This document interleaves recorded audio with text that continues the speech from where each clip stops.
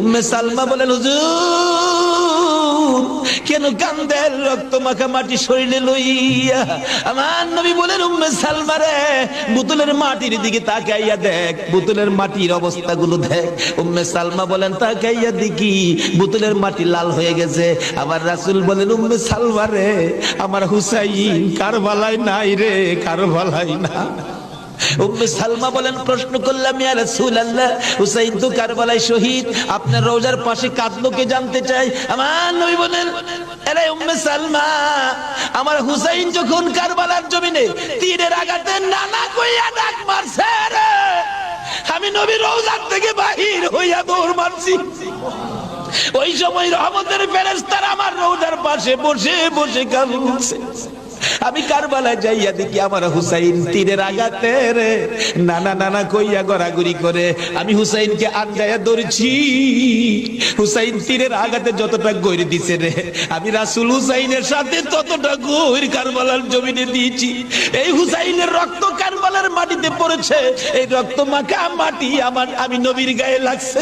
এই উম্মে সালমা জানাইয়া দিস রে, এই রক্ত মাখা মাটি আমি রাসূলের কাছে জমা থাকবে।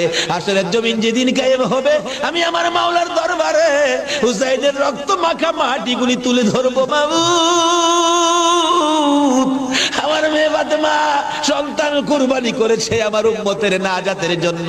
এই যে দেখো, হুসাইনের কারবালার রক্ত মাখা মাটি তুলে ধরলাম, আর ফাতেমা হুসাইনের মাথাটুকু লইয়া দাঁড়াইয়া বলবে, আমি হুসাইনের মাথাটুকু তুলে ধরলাম। মাবুদ গো, এর বিনিময়ে আমার বাবার উম্মতের মাফ করে দাও।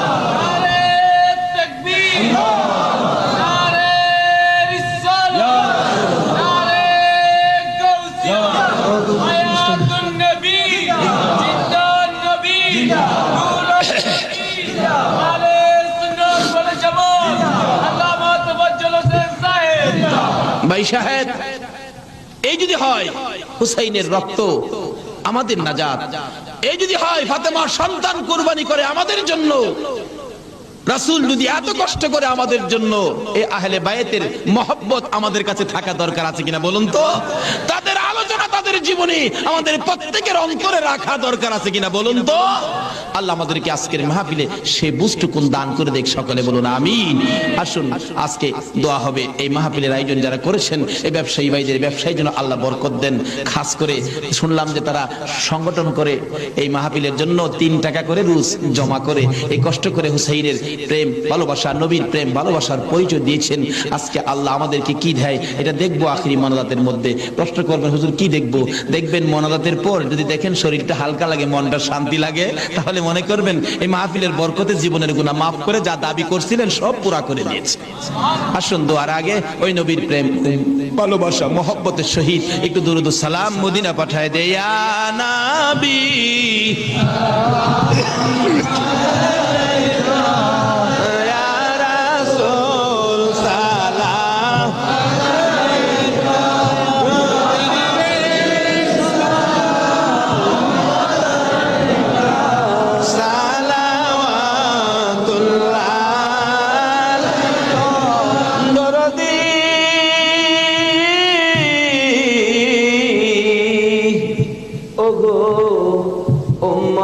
দরদি মায়ার নবী, দয়ার নবী গো, মরণে আপনি আসিয়েন, কবরে আপনি থাকিয়েন, হাসরে উম্মত বলিয়েন, হাউজে কাউসার পিলা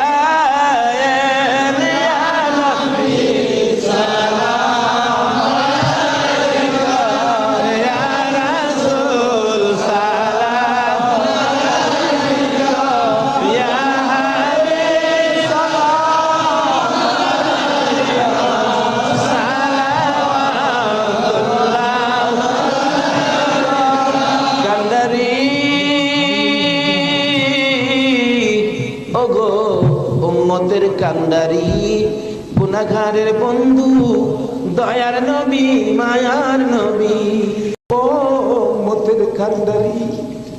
ওদের জমিনে আমার নবীকে যখন দুই খান দান দান মুবারক ভেঙ্গে দিল, মাথা লোহার টুপি ভেঙ্গে টুকরা করে মাথার ভিতরে ঢুকাইয়া দিল।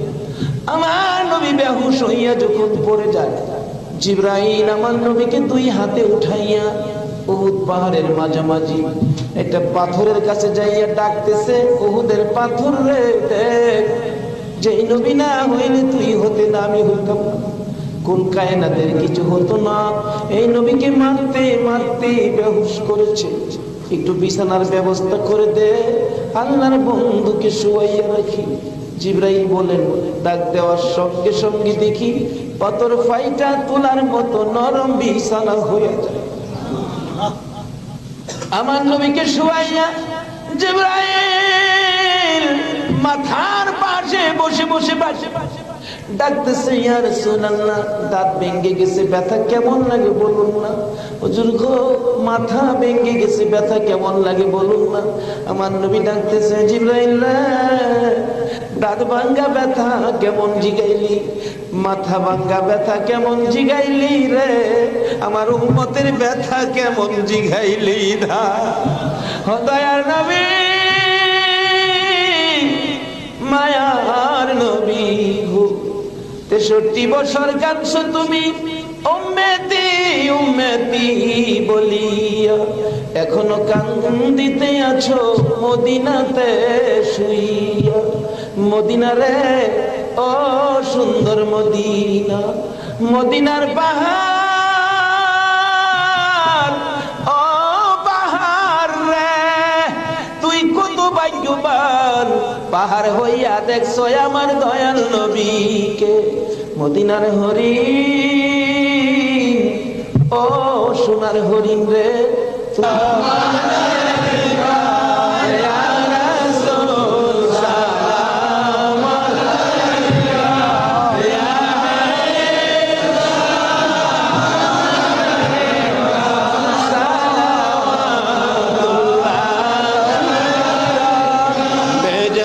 मेरे दुरूद सलाम बरगुज़ीदा नबी पर अपने मुदम बलगल उला बिकमालिही कशफत दुजा बिजमालिही हसनत जमीउ खिसालिही सल्लु अलैहि व आलिही सल्लिमू या कौम बल सल्लु अला सदरिल अमीन मुस्तफा मा जा इल्ला रहमतल लिल आलमीन।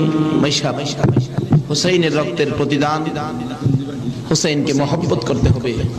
হুসাইন রক্ত মাখা শরীর নিয়ে 2 রাকাত জুমার নামাজ ছাড়ে নাই। এই নামাজ আমরা ছাড়বো নাকি পড়বো? তাহলে রক্তের প্রতিদান দেওয়া হবে।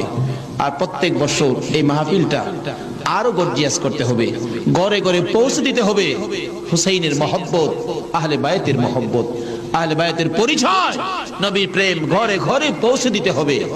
আল্লাহ আমাদেরকে সে বুঝ, সেই শক্তি দান করুক। সকলে বলুন আমিন। আজকে যারা হুসাইনের স্মরণে মাহফিলের আয়োজন করেছেন, আজকে হুসাইন আর হাসাইনকে নিয়ে আমার নবী মদিনায় বসে বসে আপনাদের কথা স্মরণ করতেছে। কারণ উম্মতের বিপদে নবীজি সবসময় হাসাইন আর হুসাইনকে ব্যবহার করবেন। ফাজাইলে দুরুদের মধ্যে লেখেন, দুরুদের কিতাবে লেখেন 637 হিজরির এক ঘটনা। এক লোক আরবের মরুভূমি পথ দিয়ে ঘোড়া নিয়ে যাচ্ছেন, হঠাৎ একটা গর্তের মধ্যে ঘোড়ার 2টা পাও ঢুইকা, ঘোড়ার পাও ভাঙ্গিয়া ঘোড়াটা উল্টা পড়ে গেছে। এখন মরুভূমি, কেউ তো খবর জানে না, বিপদের মধ্যে ঘোড়ার পাও ভাঙ্গা যাবে কিভাবে। লোকটা সন্ধ্যা হয়ে গেল, বাঘ ভাল্লুক বেরিয়ে গেছে, তখন সে ভয়ে কাঁদতেছে। এখন ভাবতেছে কানলে তো কাজ হবে না, একটা কিছু করি। কি করব? উম্মতের দরদি দয়ার নবীর শানে দুরুদ সালাম পাঠ করি। দুরুদ সালাম পাঠ করতে করতে চক্ষু বন্ধ করে পাঠ করতেছে, এমন সময় দেখে 3 জন পূর্ণিমার চাঁদের মতো চেহারা আয়েশার সামনে দাঁড়াইছে। চক্ষু খুলে দেখে 3 জন এত সুন্দর চেহারা, অবাক হয়ে গেলেন। 2 জন আয়েশা ঘোড়ার 2টা পাও চিকিৎসা করতেছেন, পাও 2টা হাতে ধরার সাথে সাথে ভালো হয়ে গেছে। 637 হিজরির ঘটনা। আর একজন দূরে দাঁড়িয়ে আছে, ঘোড়ার পাও চিকিৎসা শেষ করে ভালো হলো, ঘোড়াটা হাইটা বুঝাইতেছে, আর ভয় পাইস না, আমি ভালো হয়ে গেছি। তখন ওই লোকটা জিজ্ঞেস করতেছে, নামটা আমার খেয়াল নাই, আপনারা কে? আমার ঘোড়ার পাও ভালো করে দিলেন, আমার এই বিপদে আপনারা আসলেন। দুজন বলতেছেন আমরা রে চিনো না, আমরা তো হাসাইন আর হুসাইন। নবীজির গোলামের, নবীজির আশেকের কোনো চিন্তা নাই। চলো নবীজির জান্নাতে মদিনাতে যাই। বলুন, চলো নবীজির জান্নাতে মদিনাতে। নবীজির গোলামের, নবীজির আশেকের কোনো চিন্তা নাই। চলো নবীজির জান্নাতে মদিনাতে যাই। চলো নবীজির জান্নাতে মদিনাতে যাই। কে কে সাল্লাল্লাহু আলা সাইয়্যিদিনা মুহাম্মদ ওয়া আলিহি সাল্লাল্লাহু আলা সাইয়্যিদিনা মুহাম্মদ ওয়া আলিহি আসহাবিহি। আল্লাহুম্মা সাল্লি আলা সাইয়্যিদিনা মাওলানা মুহাম্মদ ওয়া আলা আলি মাওলানা মুহাম্মদ। আল্লাহুম্মা সাল্লি সাইয়্যিদিনা মাওলানা মুহাম্মদ ওয়া আলা আলি সাইয়্যিদিনা নবীর মায়া ছেড়ে মানুষ কোথায় আছো বুঝি না। তোমার মায়ায় কান্দে নবী, তোমার মায়ায় কান্দে নবী। শুয়ে সোনার মদিনা। আল্লাহুম্মা সাল্লি সাইয়্যিদিনা মাওলানা মুহাম্মদ ওয়া আলা আলি সাইয়্যিদিনা মাওলানা। কবে জানি ডাকাশিবে এই বাড়ি ঘর সারিতে। আপন পোশাক খুলে খুলে সাদা কাফন পরিতে।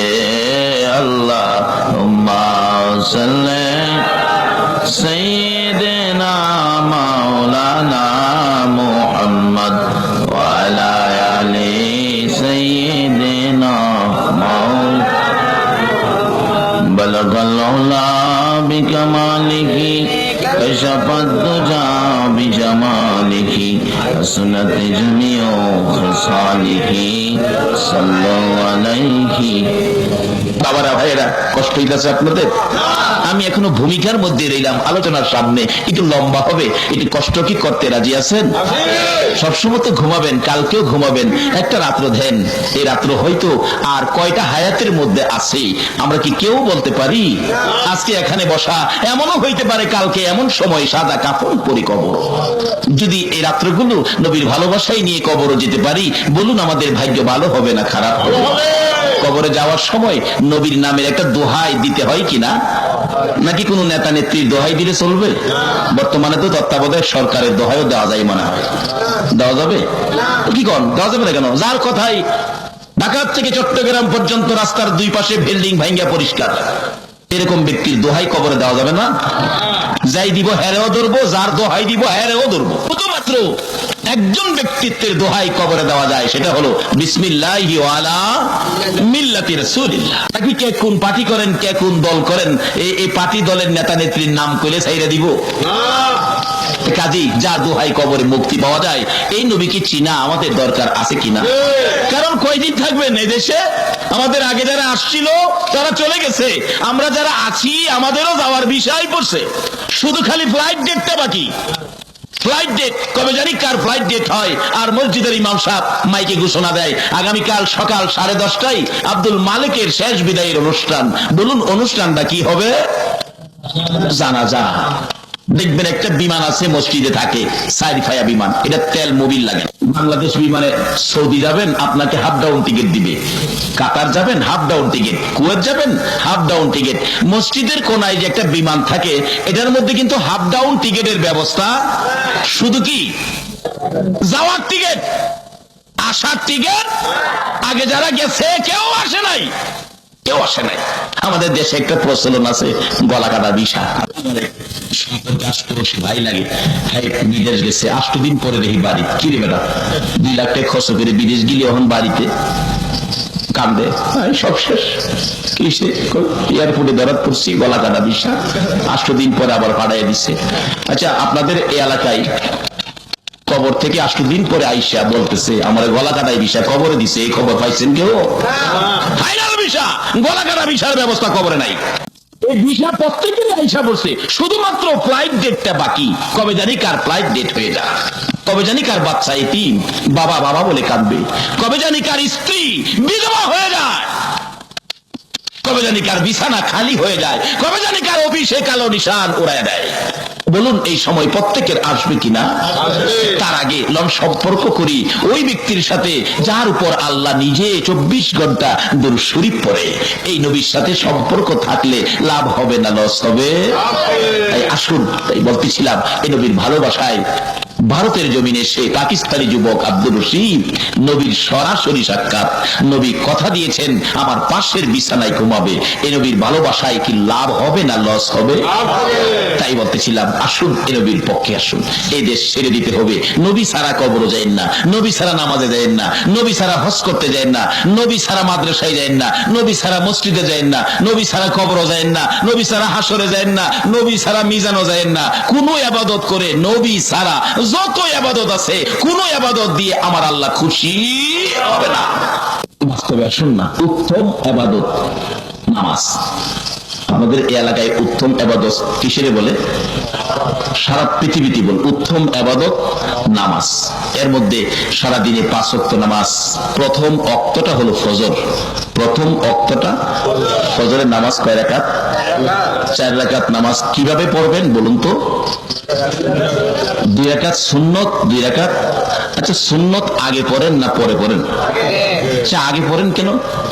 আগামীকাল থেকে আমি বলে দিলাম পরে পড়বেন। আপনারা কি মানবেন? মাশাআল্লাহ, খুশি হলাম। মৌলবীর কথাও মানি না, আল্লাহর বিধানই রাইট। কি কর, আল্লাহর সিস্টেম রাইট। মৌলবীর কথা মানবেন না, আমার দেশের মৌলবীর কথা মানে। মৌলবীর কথা মাইনা মানুষ নবীরেও আবুল তাবুল কয়, হয় না? নবী আমাদের মতো মানুষ, এই সেই নানান কথাবার্তা কয়।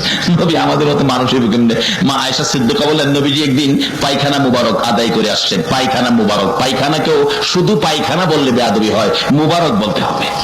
পায়খানা মুবারক আদায় করে আসলে মা আয়েশা বলেন আমি দেখতে গেলাম আল্লাহর হাবিব, আল্লাহর দোস্ত, যার খাতিরে সব, এই নবীর পায়খানা মুবারকের রংটা জানি কেমন, পায়খানা মুবারক একটু দেখে আসি। মা আয়েশা সিদ্দিকা রাদিয়াল্লাহু তাআলা আনহা কিছুক্ষণ ঘোরাঘুরি করে দেখে আসলেন, কই পায়খানা মুবারক তো নাই, মনে হয় পায়খানা করে নাই। ঘরের মধ্যে এসে টেনশন ফিল করতেছে। আচ্ছা, আয়েশার মনে কি নবীজি কি জানতে বাকি আছে? নবীজিকে আয়েশা কি খবর? না কিছুই না। না কিছুই না কইলেই হবে না, আমি নবী জানতে বাকি নাই, বলো কি খবর? হুজুর ভাবছিলাম আল্লাহর বন্ধুর পায়খানা মুবারকের রংটা কেমন দেখতাম, গেছিলাম। হুজুর আপনি কি পায়খানা করেন নাই? নবীজি হাসে, পায়খানা করছি তো, কই দেখলাম না তো। রাসূল বলেন আয়েশা তুমি ভাববো না আমি তোমাদের মতো একজন মানুষ। আমি নবী পায়খানা মুবারক আদায় করার সময় এই জমিনটা হা করে থাকে আমি নবীর পায়খানা খাওয়ার জন্য। আমার পায়খানা করতে দেরি, জমিন খাইতে দেরি করে না। যেই নবী পাকের পায়খানা মুবারক খাওয়ার জন্য জমিন পাগল, আর আমরা পায়খানা কুত্তাও খায় না, অথচ আমরা তুলনা করি নবী আমাদের মতো মানুষ। এরকম নয়। আসুন আমরা নবীকে নবীর জায়গায় রাখি। আল্লাহ নিজে ঘোষণা দিয়েছেন, বন্ধু আমি আল্লাহর ওয়াহদানিয়াতের মধ্যে কোনো শরীক নাই, তুমি নবীর রিসালাতের মধ্যে কোনো শরীক নাই। কিন্তু আমরা কেন এখানে শরীক করতে যাই? আল্লাহ আমাদেরকে সঠিক জায়গায় রাখো, সকলে বলুন আমিন। বলতেছিলাম ফজরের নামাজ 4 রাকাত, প্রথম 2 রাকাত সুন্নত, পরে 2 রাকাত। সুন্নত আগে দেওয়ার অর্থ কি? সিস্টেমটা কেন করলো? আজকে আমি যদি বলি কালকার থেকে ফজরের সুন্নত পরে পড়বেন, আপনারা কেউ মানবেন না। আর এটাই সিস্টেম, এই বিধান সিস্টেম যেটা, এটাই মানবেন। কারণ মৌলবীর কথাই কেউ আন্তাজি মান্তাজি দল গঠন করেন না, কোরআন হাদিসের কথাই যাবেন। মৌলবী ভুল করতে পারে, কিন্তু কোরআন হাদিস ভুল করে না। মৌলবীর কথাই মনে যাচ্ছে তা করেন না, কোরআন হাদিসের পক্ষে যান, মৌলবীর পক্ষে নয়। আমার বিশ্বাস হয়ে গেল আজকে আপনারা মৌলবীর পক্ষে নয়, কোরআন হাদিসের পক্ষে। আমি বললাম আগামীকাল থেকে ফজরের সুন্নত পরে পড়বেন, আপনারা কেউ মানেন নাই। আল্লাহ আপনাদের হায়াত দেখ, আল্লাহ সঠিক পথে কবুল করুক। সকালে বলুন আমিন। ফজরের সুন্নত আগে, ফরজ পড়তে হয় পরে। আচ্ছা বলুন, সুন্নত আগে ফরজ পরে, সুন্নতটা আগে 2 রাকাত পড়বেন, এটা কার স্মরণে পড়বেন বলুন? তাইলে এই ইবাদতের 5 ওয়াক্ত উত্তম ইবাদত নামাজ, 5 ওয়াক্তের প্রথম ওয়াক্ত ফজর, এখানে আগে নবীর স্মরণ লাগবে নাকি? আল্লাহু আকবার বলুন। এত সুন্দর সিস্টেম করেছেন আল্লাহ তার হাবিবকে বোঝানোর জন্য, তারপরেও যদি আমরা এই নবীকে নিয়ে টানা হেসরা করি, কাজটা কি ভালো হবে?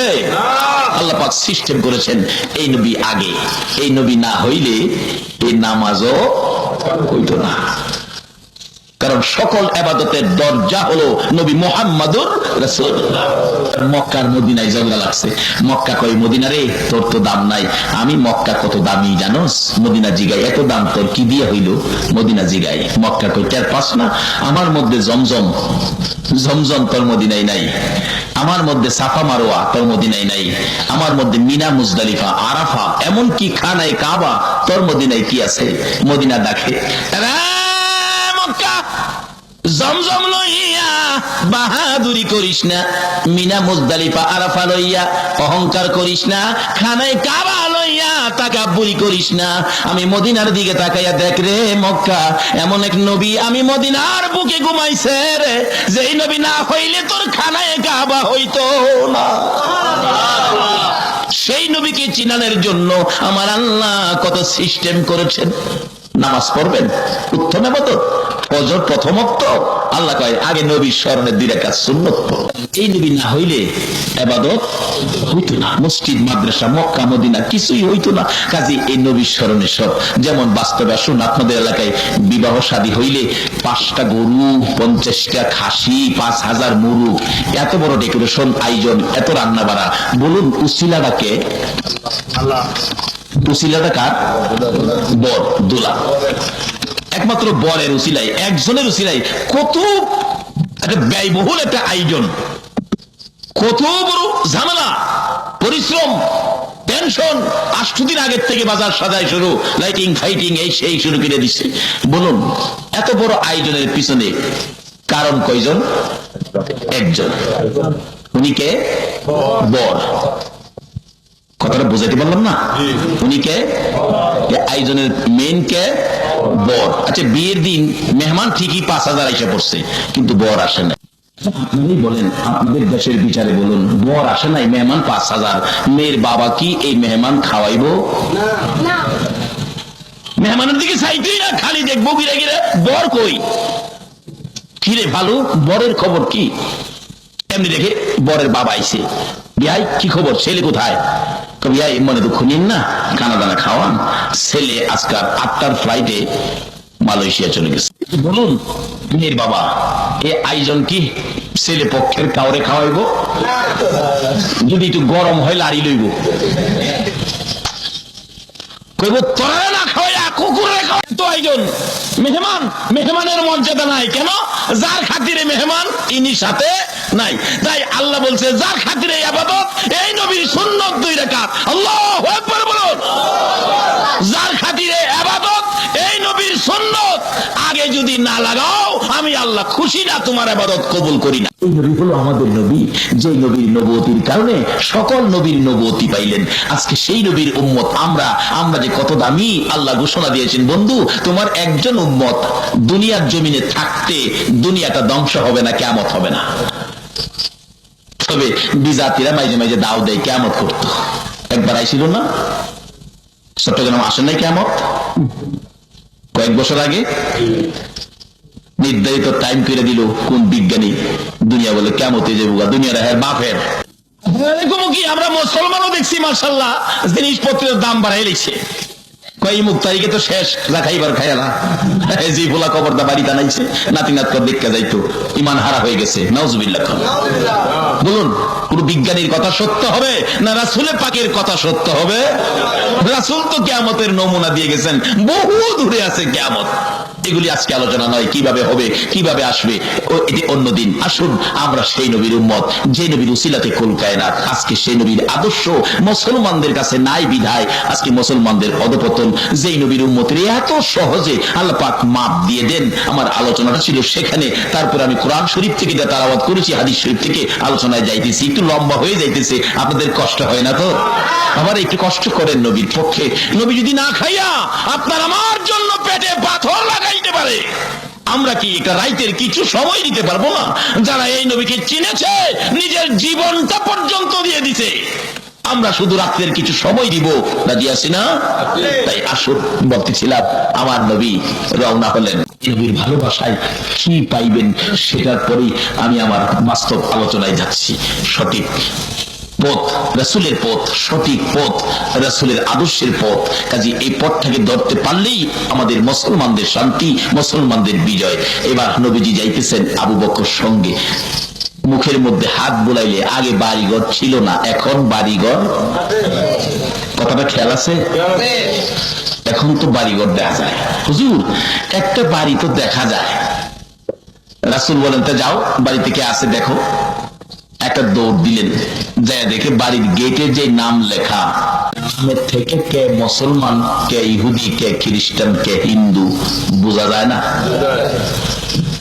বাড়ির গেটে নাম লেখা নিবারণ চন্দ্র সাহা। তাহলে আপনারা কি মনে করবেন? হিন্দু।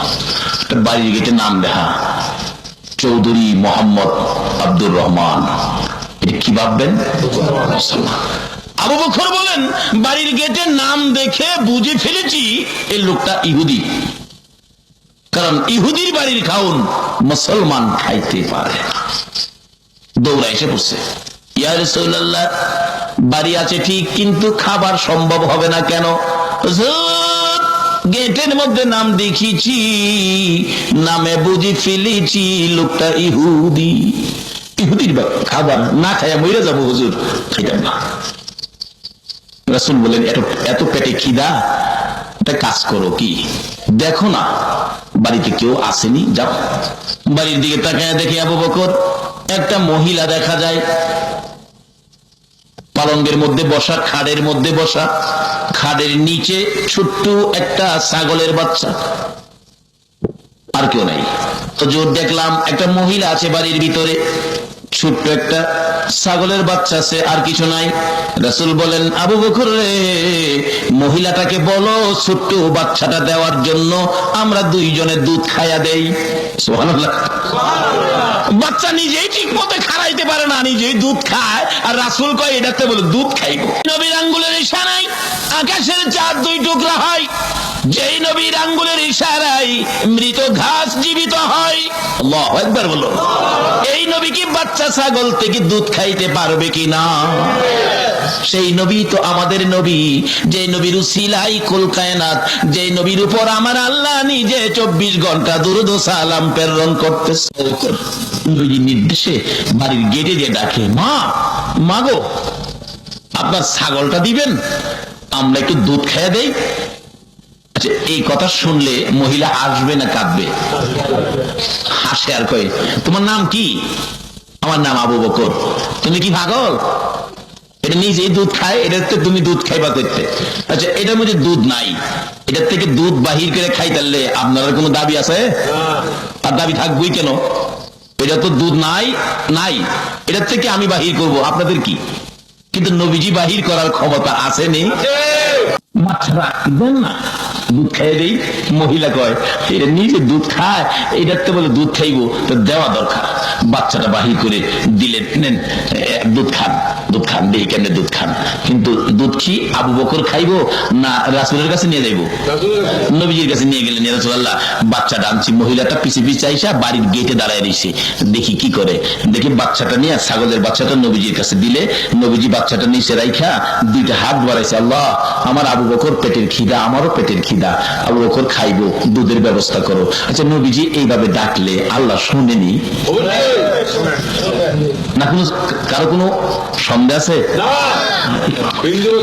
বিন্দু মাত্র নয়, মুহূর্ত দেরি হয়। আল্লাহ পাকের দরবারে নবীজি ডাক দিতে দেরি হয়, আল্লাহ পাক রহমত বরকত দিতে দেরি করে না। আজকে যদি সেই নবীরে চিনতে পারতাম, সেই নবীর পক্ষটা ধরতে পারতাম, তাহলে মুসলমানদের উপর বিপদ আসতে পারে না। আল্লাহর অলির জীবনী, কষ্ট হবে আপনাদের? আল্লাহর অলির জীবনী, অলির নামটা আমার মনে নাই, যদি মনে থাকে কারো বলে দিয়েন, খুশি হব। মনে নাই আমার। সেই ঘুম থেকে স্বপ্ন যুগে ঘুমের ঘরে দেখতেছে নবীজিকে। অনেক সময় নবীজিকে স্বপ্নে দেখা যায় না? নবীজিকে স্বপ্নে দেখতেছে, নবীজি এভাবে দাড়ির মধ্যে খাওয়া যাইতেছে। আমরা অনেক সময় দাড়ির মধ্যে এভাবে খাওয়া যায় না, কই না? ঠিক খাওয়া যায় না এভাবে? জি যে কেজনে কইছে হেরার দাড়ি নাই, যারা দাড়ি আছে হেরা কর না, তো এদের কথাটা সুন্দর। এইভাবে খাওয়া যাইতেছে। হঠাৎ ওই আল্লাহর ওলি স্বপ্নে দেখে একখান দাড়ি মোবারক সুইটটা জমিনে পড়ে গেছে। অনেক সময় খাওয়া যায় দাড়ি ভাঙে না, ওই আল্লাহর ওলি কই নবীজির দাড়ি মোবারক সুইটে পড়ে গেছে, এটা জমিনে থাকতে পারে না। স্বপ্নেই দাড়ি মোবারক ধরছে, ধইরা মুট করে ঘুমের ঘরে ঘুমিয়ে আছে। ওই আল্লাহর ওলি বলেন, আমি ঘুম থেকে উঠে দেখি আল্লাহর কসম নবীজির দাড়ি মোবারক দিয়ে আমার হাতের মধ্যে এখনো আছে। আসলে নবীজির স্বপ্নটা স্বপ্ন নয়, এটা বাস্তব। নবীজিকে যদি কেউ দেখে থাকেন, এটা নিশ্চিত স্বয়ং নবীজিকেই দেখেছেন, আর আপনার জন্য জাহান্নামের আগুন হারাম করে দিয়েছেন। আজকে একটা দরখাস্ত করব সকলকে নিয়ে, এই বৃষ্টি বাদলের দিনে মাহফিলের আয়োজন, আর আপনারা কষ্ট করেছেন, আল্লাহ যেন আর কিছুই যদি নাও দেয়, নবীজিকে যেন একদিন আমাদেরকে স্বপ্নে দেখায় দেয়। কি বলেন? এই দাবিটা আল্লাহর কাছে করতে আপনারা রাজি আছেন না? আসলে একটা টার্গেট সামনে রাখেন, টার্গেট ছাড়া কোনো কিছু হয় না। দেখছেন না দিনে বিশ্বকাপ ক্রিকেট খেলে এক বেচারা ব্যাট করতে নাই 230 রান করছে, যারা পরে ফিল্ডিং থেকে আইসে ব্যাটিং এ যাইতেছে, এরা টার্গেট কত হয়েছে? 231 টার্গেট নিয়ে খেলে। দেখছেন কিভাবে 231-এ যাইব? একটা টার্গেট তো আমরা করা দরকার। খালি ওয়া শুনবেন আর বাড়ি যাবেন যা, এটা তো হয় না। একটা টার্গেট মাহফিল পিছে করবেন। আজকাল টার্গেটটা লন করি, নবীজির একদিন স্বপ্নে দেখুন। কি কোন আপনারা আছেন নি টার্গেটের মধ্যে? নারে তাকবীর, নারে রিসালাত, নারে গাউসিয়া। আজকে সকলের টার্গেট হলো নবীজিকে একদিন স্বপ্নে দেখা। এক এক দিন এক একটা টার্গেটে যাবেন, টার্গেট নবীজিকে স্বপ্নে দেখা। যাই হোক, আসুন আমার আলোচনায় যাই। এবার বাচ্চা নবীজির হাতের নিচে, নবীজি দোয়া করতেছেন। বলুন, নবীর দোয়া আল্লাহ কবুল করেনি? আল্লাহ, আবু বকরের পেটের খিদা, দুধ খাইব, আমারও পেটে কিছু খিদা, ব্যবস্থা করো। আবু বকর বলেন, আমি তাকে এলাম। নবীজি হাত মনাদাতে থাকতে থাকতে ছোট্ট বাচ্চাটা, ছাগলটা বড় হয়ে গেছে, বড় হইয়া দুধ পড়তে শুরু করছে। এটা কোন দলের আলেম অস্বীকার করার কোন ক্ষমতা নাই, কোন দলের আলেমের অস্বীকার করার ক্ষমতা নাই। মহিলাটাও বাড়ির গেট থেকে দেখতেছে। মহিলাটা কারি কি আশ্চর্য, এই লোকটারও তো চিনলাম, আবু বকর, যে লোকটা দোয়া করলে ছোট বাচ্চা বড় হইয়া দুধ দেয়, এই লোকটা জানি কে? জিগাইলাম না। আমার নবী বলেন, আবু বকর রে, দুধের ব্যবস্থা হয়েছে, যা যা মহিলাটার কাছ থেকে দুধের বান্ড নিয়ে আসো। বান্ড নিয়ে আসলেন, নিচে ধরলেন, দুধ দোহন করবেন। বালতি ভরে গেল বরকতের দুধে। আল্লাহু আকবার বলুন। আমার নবী বলেন, আবু বকর, পেটে খিদা লইয়া রে, খা, বেশি করে খা।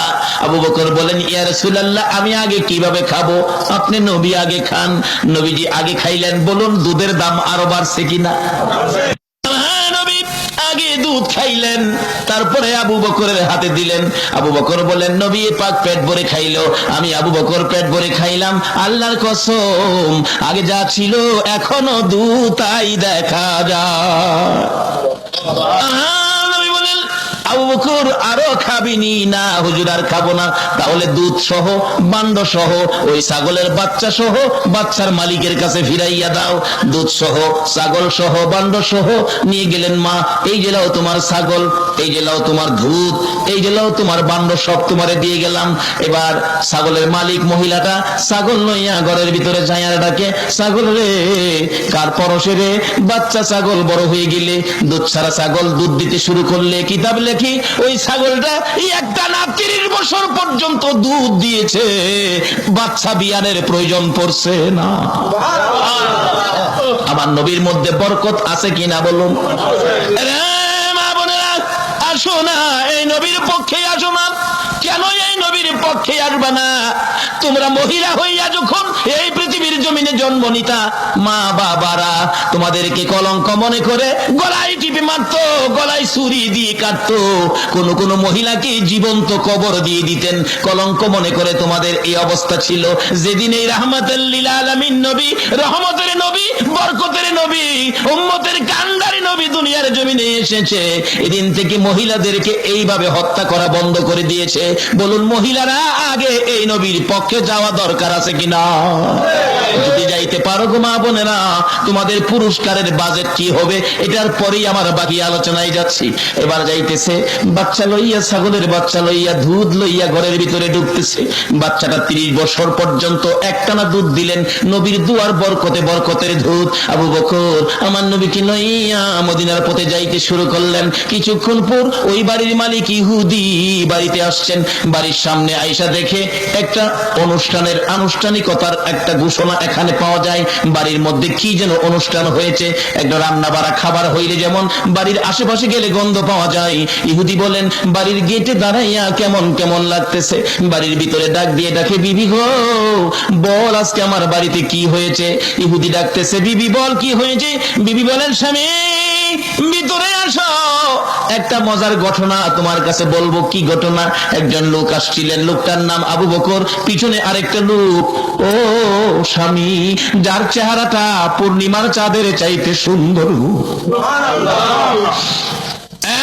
স্বামী এমন এক মজার ঘটনা ঘটেছে। কি ঘটনা ঘটেছে রে বিবি? খাবারের জন্য কিছু চাইলেন, আমার ছাগলের বাচ্চাটা নিলেন। ওই সুন্দর লোকটা হাত বাড়ায় দোয়া করলে, এই যে দেখেন বাচ্চা বড় হয়ে দুধ দিতেছে। দুধ কত, 7 বালতি ভর্তি দুধ। ও স্বামী, যে লোকটা নিয়েছিল লোকটার নাম আবু বকর, পিছনের লোকটার নাম আমি জানি না। একটা চিৎকার মারছে ইহুদি, ও বিবি বাড়ির কাছে সোনার খনি পাইলি রে, রাখতে পারলি না। বিবি চিল্লে না, ইনি এই তো উম্মতের কান্ডারি রে, ইনি এই তো গুনাহগারের বন্ধু, যার খাতিরে কুল কায়নাত, ইনি হলেন রাহমাতুল লিল আলামিন নবী রে। হ্যাঁ বিবি বল, কোন পথে আমার রাসূল গিয়েছে, আমি রাসূলের পক্ষে চলে যাব। একটা দৌড় মারছে, বিবি দেখাইলেন এই দিকে গিয়েছে। পিছনে যাইয়া নবীজির পাও মুবারকে ধরে কাঁদতেছে, ইয়া রাসূলুল্লাহ, যার বাড়িতে বকরির দুধ খেয়েছেন এটা আমার বাড়ি, আমার বিবি আপনাকে চিনতে পারে নাই। নবী গো, আমি বহুদিন যাবত আপনার সন্ধানে ঘুরতেছি, আজকে বাড়ির কাছে পেয়েছিলাম, বিবি চিনতে পারে নাই, আমি চিনি ফেলেছি, আমার কালিমাটা পড়াইয়া মুসলমান বানাইয়া দেয়। লম্বা ঘটনা, এদিকে আলোচনা নয়। যাইতে যাইতে মদিনার সীমানার কাছাকাছি চলে গেলেন।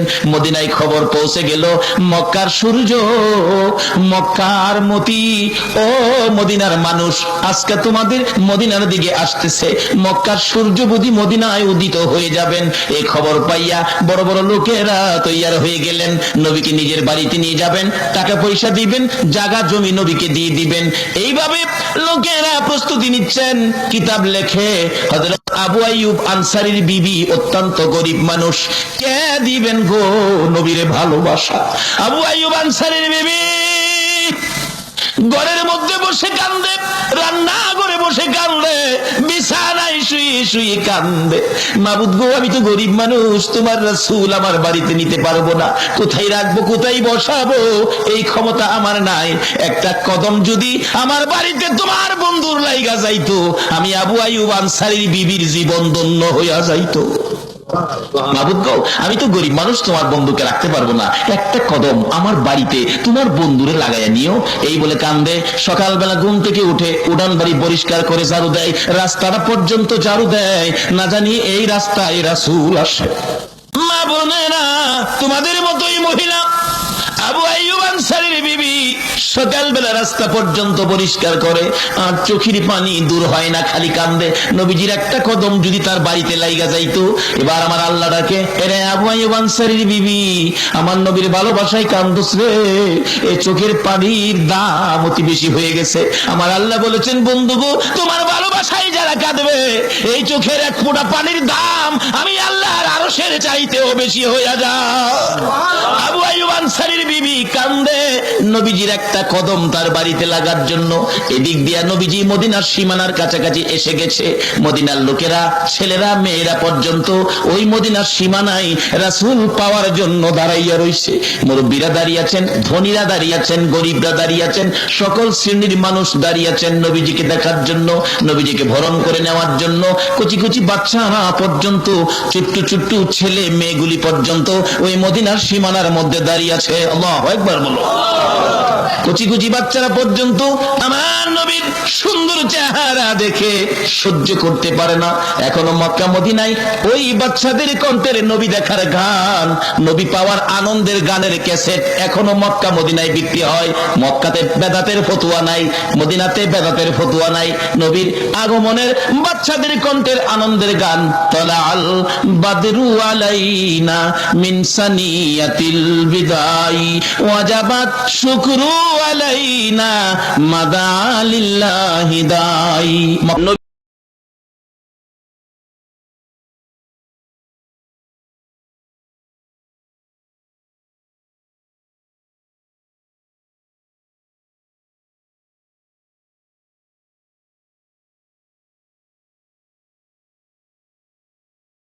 এই কাগজটা কাফনের ভিতরে দিয়ে দিও, কারণ জীবনে কোনো ভালো কাজ করার সময় আমার ছিল না।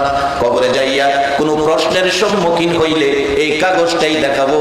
আখিরি নবীর উম্মত হইলে বলে আল্লাহ জান্নাত দেয়, এটাই আমি ভালো কাজ করে কবরে আইছি, এর বেশি কোনো কাজ আমার আমলে নাই। এই কাগজটা দেখাইয়া আমি জান্নাতি হব। হাসান বসরি কথা মতো তাই করলেন। মৃত্যুর পরে কবরে রাইখা চলে আসলেন সবাই, গভীর রাত্রে ঘুমিয়েছেন সবাই। হাসান বসরি রহমাতুল্লাহ আলাইহি বলেন, এরে পৃথিবীর মানুষেরা, আমি স্বপ্নে দেখি শামাউন আমার ঘরে এসে আমারে ডাকতেছে, ও হাসান বসরি, এই লও তোমার কাগজ, তোমাকে দিয়ে গেলাম, তোমার কাগজ আমার প্রয়োজন পড়ে নাই। আল্লাহর কসম রে হাসান বসরি, আখিরি নবীর উম্মত হইয়া নবীর কালিমাটা লইয়া কবরে যাওয়ার কারণে আমার আল্লাহ আমারে জান্নাত দান করেছে। রে আখিরি নবীর উম্মতেরা, এই নবীর উম্মত হইয়া যারা পৃথিবীতে এসেছো, এর চেয়ে বড় কপালওয়ালা মানুষ পৃথিবীর জমিনে আর নাই। তাই এই নবীর পক্ষে থাকতে বলুন আমরা রাজি আছি কিনা? কিসের ভয়? এই নবীর পক্ষের মেহমানের এই সাথে আমি গজল বানাইছি, বলবো নবীজির গোলামে, নবীজির আশেকে কোনো চিন্তা নাই, চলো নবীজির জান্নাতে মদিনাতে যাই, চলো নবীজির জান্নাতে মদিনাতে যাই। নবীজির গোলামে, নবীজির আশেকে কোনো চিন্তা নাই, চলো নবীজির জান্নাতে মদিনাতে যাই, চলো নবীজির জান্নাতে মদিনাতে যাই। কে কে যাবে মদিনায়, মদিনাতে কান্দে নবী উম্মতের মায়া। কে কে যাবে মদিনায়, মদিনাতে কান্দে নবী উম্মতের মায়া। দিনী রজনী কান্দেন যিনি, দিনী রজনী কান্দেন যিনি, শুয়ে রোয়া যায়, চলো নবীজির জান্নাতে মদিনাতে যাই, চলো নবীজির জান্নাতে মদিনাতে যাই। কঠিন হাসরের দিনে বেহেশতে যাবে না নবী উম্মত বিনে,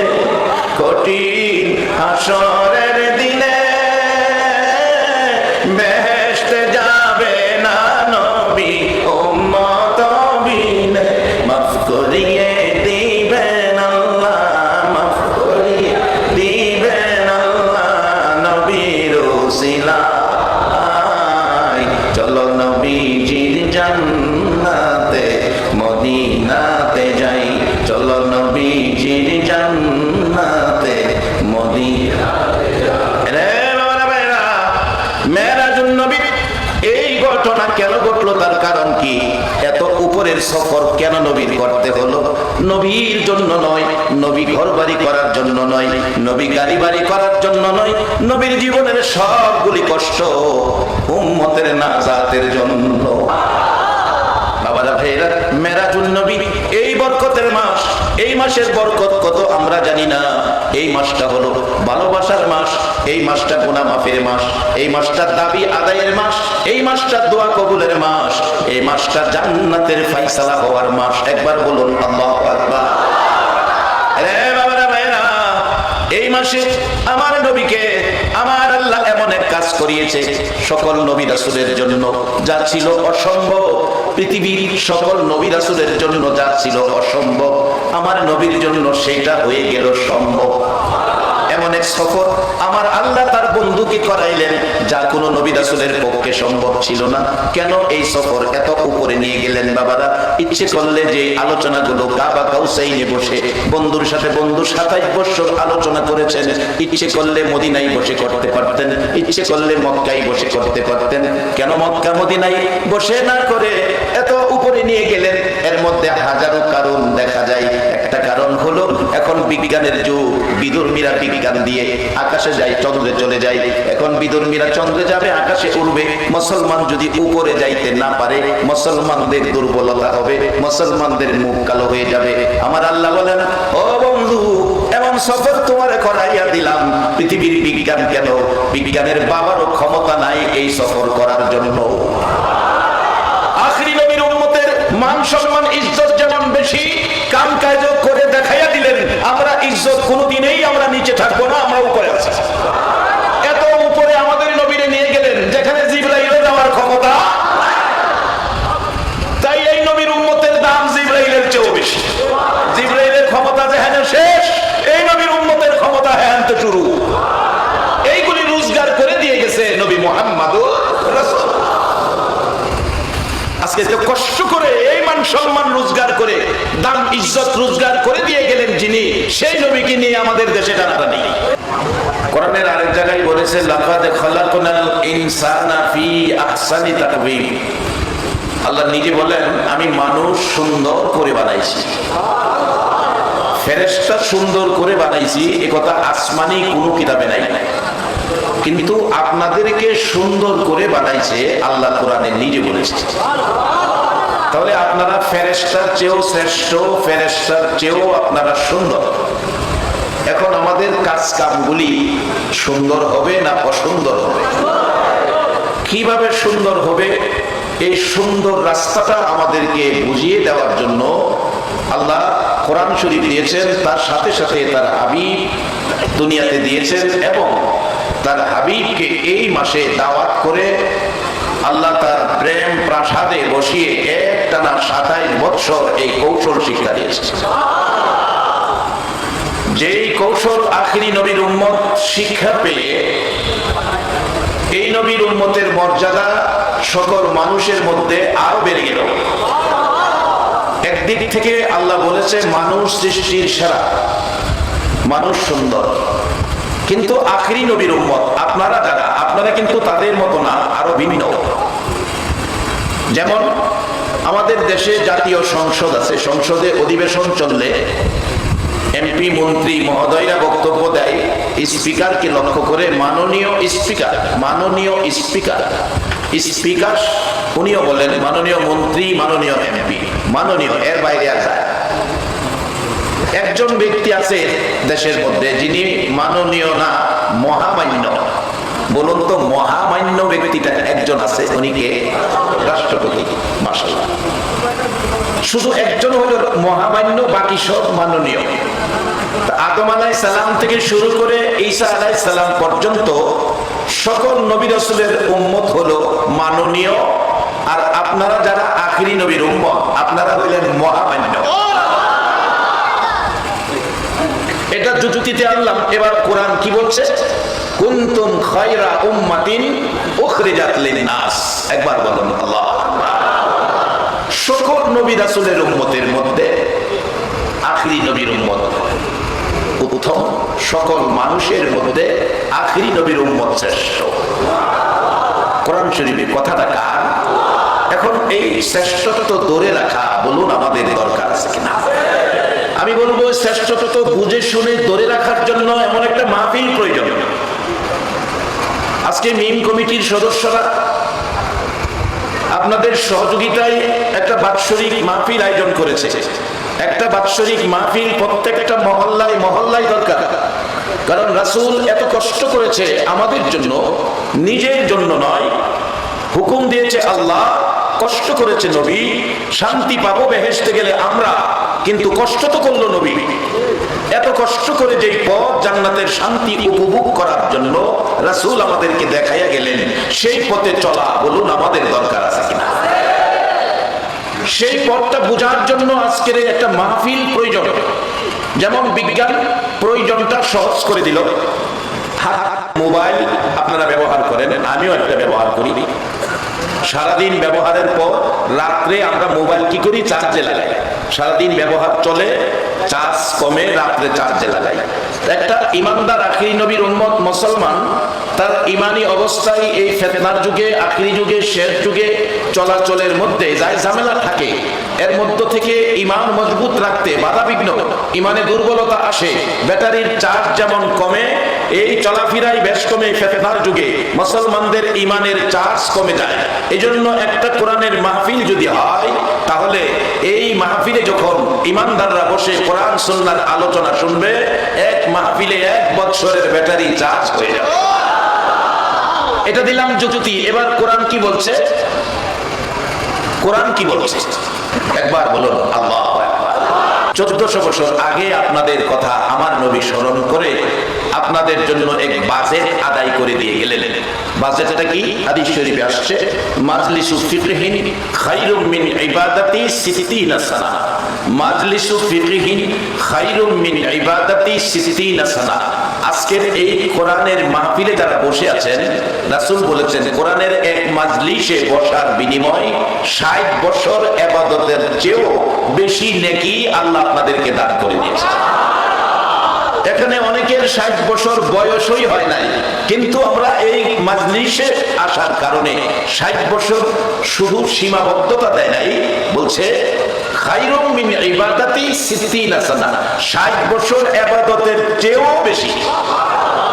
যেই নবী এই সুন্দর রাস্তাগুলো আমাদেরকে দিয়ে গেলেন, এই রাস্তায় থাকা বলুন দরকার আছে কিনা?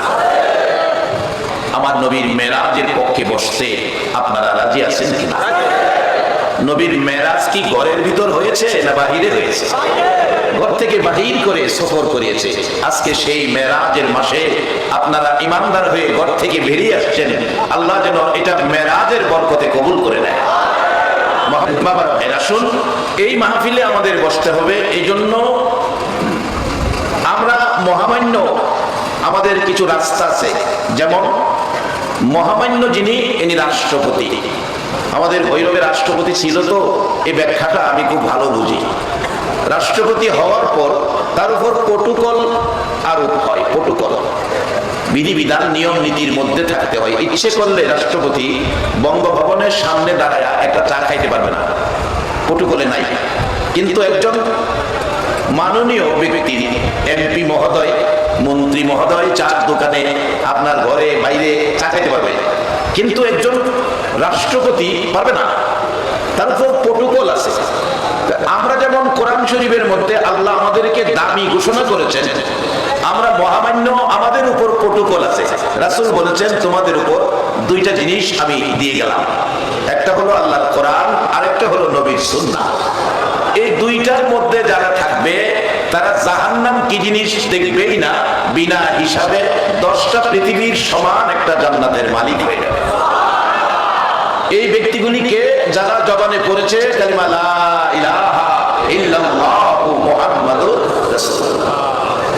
যার বাস্তব হযরত হাসান বসরি রাহমাতুল্লাহ আলাইহির জীবনী, ওনার বাড়ির পাশে এক ভদ্রলোক আগুনের পূজা করেন, যার নাম কিতাব লেখে শামাউন। কিতাব প্রমাণ করে শামাউন আগুনের পূজা করতে করতে একেবারে বৃদ্ধ জয়ীফ বিছানায় পড়ে গেছে। হাসান বসরি রাহমাতুল্লাহ আলাইহি বাড়িতে গিয়ে পরামর্শ দিলেন, এ শামাউন, জীবনটা শেষ করলা আগুনের পূজা করে, তুমি কালিমা পড়ে আখিরি নবীর উম্মত হও, তোমার ভাগ্য ভালো হবে, তুমি জান্নাতি হবে। শামাউন বললেন, হাসান বসরি, আমি যে কালিমা পড়ে আখিরি নবীর উম্মত হইলে জান্নাত পাবো, তার গ্যারান্টি কি? হাসান বসরি গ্যারান্টি দিলেন, মান ক্বালা লা ইলাহা ইল্লাল্লাহু ফাদাখালাল জান্নাহ, এই কালিমা যারা পড়ছে অবশ্যই তারা বেহেশতে যাবে। হাসান বসরি রাহমাতুল্লাহ আলাইহির এই পরামর্শ শুনে শামাউন গাল বেয়ে বেয়ে চোখের পানি ছেড়ে দিলেন। এরে হাসান বসরি, এত সুন্দর পরামর্শ আমার আগে দিলি না, আগে যদি এই পরামর্শ পাইতাম আখিরি নবীর উম্মত হয়ে জান্নাতি মেহমান হতাম, জীবনে দুনিয়ার জমিনে যতদিন থাকি ভালো কাজ করে যাইতাম। বাবারা আমার, আল্লাহ কোরআন শরীফের মধ্যে ঈমানদারদের প্রতি নির্দেশ করেছেন, ইয়া আইয়ুহাল্লাযীনা আমানুর কাউ ওয়াসজুদু ওয়াবুদু রাব্বাকুম ওয়াফআলুল খায়রা লাআল্লাকুম তুফলিহুন। সকল মানুষকে কয় নাই, আমানু ঈমানদারদেরকে ডাকে। ও আমানু ঈমানওয়ালা, কালিমাওয়ালা, আখিরি নবীর উম্মত মুসলমান, রুকু সিজদার মাধ্যমে রবের ইবাদত করো, এরপরে জান্নাত দিব কয় না, এরপরে বলে ভালো কাজ করো। রুকু সিজদার মাধ্যমে ইবাদতের পর ভালো কাজ করো, তাহলে বোঝা গেল রুকু সিজদার মাধ্যমে যে ইবাদত, এটার পরেও মনে হয় আমরা কিছু ভেজাল করি। এইজন্য আল্লাহ রুকু সিজদার মাধ্যমে ইবাদতের সাথে ভালো কাজ রাখলেন। ভালো কাজ করো, যদি ভালো কাজ করেন তাহলে পুরস্কার কি? লাআল্লাকুম তুফলিহুন, সফল কাজ হবে। অর্থাৎ আল্লাহ শেষ তাকবীর দেন, লিল্লাহি তাকবীর। আজ আমরা অল্প সময়ে ছোট্ট একটা বিষয়কে হাইলাইট করব কোরআন থেকে, হাদিস থেকে। আমি জাস্ট শব্দের নামটা বলছি, সবাই আমাকে বলবেন সেই শব্দটা কি। আমি বলছি, আজ আলোচনার সেন্ট্রাল থিম বা সাবজেক্ট ম্যাটার হচ্ছে the life of hair after, পরকালের জীবন। বলেন সবাই, যশোরের ভাইরা, দুনিয়ার জীবন না পরকালের জীবন? আচ্ছা, এবার কিছু ইমানি প্রশ্ন করতে চাই, জবান খুলে সবাই উত্তর দিবেন। বলেন তো আমার যশোরের মনিরামপুরের ভাইরা, এখানে যে বসে আছেন জীবিত, বাসায় যে জীবিত ফিরে যাবেন, do you have any guarantee about ইট?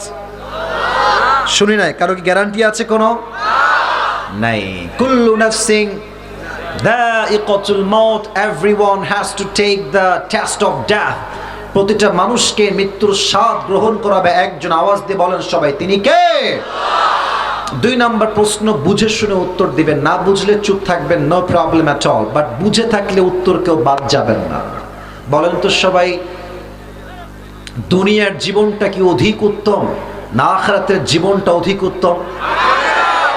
আমি যশোরের সামনে এবার পাচ্ছি, দুনিয়ার জীবন বেশি উত্তম না আখিরাতের জীবন বেশি উত্তম? এটার দলিল এই কোরআনে। যুবক ভাইয়ারা, মুরব্বী আব্বা জানরা, বলেন তো সবাই, আছে না নাই? 30 নম্বর পারা, সূরাতুদ দুহা। আমার আল্লাহ তাআলা বলছেন, ওয়ালাল আখিরাতু খায়রুল লাকা মিনাল উলা। আমি আল্লাহ রাব্বুল আলামিন আখিরাতের জীবনকে দুনিয়ার জীবনের চাইতে হাজার হাজার গুণ বেশি উত্তম বানিয়েছি। কোন সুবহানাল্লাহ। The life of hereafter is much more better than this worldly life. আল্লাহ তাআলা বলছেন, দুনিয়ার জীবনের চাইতে আখিরাতের জীবনকে হাজার হাজার গুণ বেশি উত্তম বানিয়েছে। 100টা আওয়াজ দিয়ে বলেন সবাই, তিনি কে? 3 নাম্বার প্রশ্ন, এটাই শেষ প্রশ্ন। শেষ ভালো যার, সব ভালো তার। আচ্ছা, আমাকে আগে দেখেন, মানে প্রশ্ন করার আগে আমাকে দেখেন। আচ্ছা, আমার ফেস, আমার মানে স্ট্রাকচার, আমার দেহ লম্বা সব দেখে আপনার কি মনে হচ্ছে আমার বয়স অন এন অ্যাভারেজ মোটামুটি আমার বয়স কত হতে পারে যশোরের ভাইয়েরা? 50 বছর কে কয় রে? এই 25-30 এরকমই তো মনে হয়। আচ্ছা, এখানে এমন কোন মুরব্বী কি আছেন যেই মুরব্বীর বয়স আবারও বলছি, এখানে এমন কোনো মুরব্বী কি আছেন যে মুরব্বীর বয়স 50-এর বেশি? কে আছেন একটু হাত তুলবেন? 50-এর বেশি, আপনার বয়স তো 50+। এই তো আমার সভাপতি সাহেবই বসে আছেন, ওদিকেও আছেন, এদিকে তাকান, বলেন এবার উত্তর দেন। আমি বলি, বলেন সবাই, দুনিয়ার জীবন কি বেশি লম্বা না আখিরাতের জীবন বেশি লম্বা? আরে কত বেশি লম্বা আপনাকে জানতে হবে তো, কত বেশি লম্বা একটু বুঝতে হবে, আপনাকে ইমাজিন করতে হবে। You have to feel it, you have to imagine the matter. আপনাকে অনুধাবন করতে হবে আখিরাতের জীবন কতটা লম্বা। 30 নম্বর পারা সূরাতুন নাজিআতের সর্বশেষ আয়াত, আল্লাহ তাআলা বলছেন, কান্নাহুম ইয়াওমা ইয়ারাউনাহা লাম ইয়ালবাথু ইল্লা আশিয়াতান আও দুহাহা। 30 নম্বর পারা সূরাতুন নাজিআতের সর্বশেষ আয়াত 46 নম্বর আয়াত, আল্লাহ তাআলা বলছেন, দুনিয়ার মানুষ যখন মারা যাবে, 80 বছরের মুরব্বী আব্বাজান যেই দিন মারা যাবে, 100 বছরের মুরব্বী আব্বাজান যেই দিন মারা যাবে, পরকালের জীবন যখন শুরু হয়ে যাবে, পরকালের জীবনটা এত এত এত বিশাল লম্বা মনে হবে। 80 বছরের মুরব্বী ডাক দিয়ে বলবে, আল্লাহ, আমার কাছে এই 80 বছরের হায়াতকে এত এত ছোট মনে হচ্ছে, আমার মনে হচ্ছে পরকালের জীবনটা এত বেশি লম্বা, আমার কাছে দুনিয়ার 80 বছর হায়াতটা আজকে একটা সকাল কিংবা একটা সন্ধ্যার মতো মনে হচ্ছে। আল্লাহু আকবার।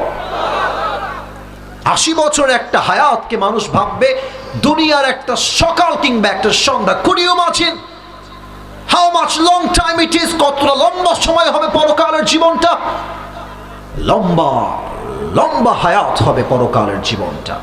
এবার আমি সবাইকে একটা আবদার করতে চাই, যারা বসে আছেন চোখটা 3 সেকেন্ডের জন্য সবাই বন্ধ করবেন, সবাই, কেউ বাদ যাবেন। আর একটা কথা, কেউ যদি ওয়াজের মাঝে উঠে যায়, ও লুঙ্গি টাইনা ধরে বসায় দিবেন, তবে খুলে যেন না যায়, সাবধানে বসায় দিবেন। কারণ বছরে একটা দিন ওয়াজ মাহফিল, 12টা পর্যন্ত ওয়াজ না করলে আমার মুরব্বী যুবক কারো কলিজাই ঠান্ডা হবে না আজকের মাহফিলে, ঠিক কিনা বলে?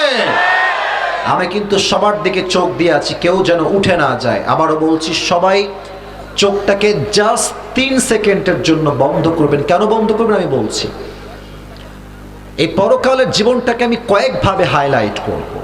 আবার বলছি, পরকালের জীবনটাকে আমি ভাগাভাগি করে হাইলাইট করব। আমি আজকে বলবো যে পরকালের জীবনটা শুরু হবে কেমনে, আমাদের মৃত্যুটা হবে কেমনে, আমাদের মৃত্যুটা আমরা মালাকুল মউতকে ফেস করব কেমনে, যুবকের মৃত্যু কেমন হবে, নামাজি বান্দার মৃত্যু কেমন হবে, বেনামাজির মরণটা কেমন হবে, কবরের জীবন যে শুরু হবে, হাউ ইট উইল স্টার্ট, পরকালের জীবনটা শুরু হবে কেমনে, আমরা যে আবার দুনিয়ার জীবন থেকে বিদায় নেওয়ার পরে জীবিত হব, আমরা আবার জীবিত হব কেমনে, সেই যে বিচার দিবস কায়েম হবে, বিচার দিবসটা কায়েম হবে কেমনে, হিসাব হবে কেমনে, মিজানের পাল্লায় আমল নামা ওজন হবে কেমনে, আমরা জান্নাতে যাব